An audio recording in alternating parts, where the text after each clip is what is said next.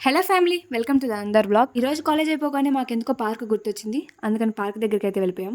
వచ్చాం కదా అని చెప్పి నేను వీడియోస్ తీసుకుంటే మా ఫ్రెండ్ పక్కన చేరి జోకులు వేసి నవ్విస్తున్నారు.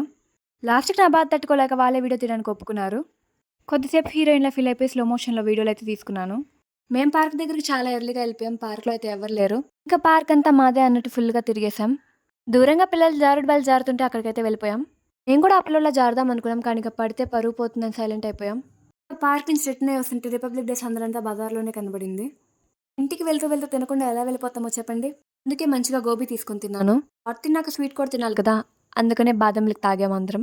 మా ఫ్రెండ్స్ ఓన్లీ బాదం మిల్క్ తీసుకున్నారు, నేనైతే మిక్స్డ్ జ్యూస్ తీసుకున్నాను.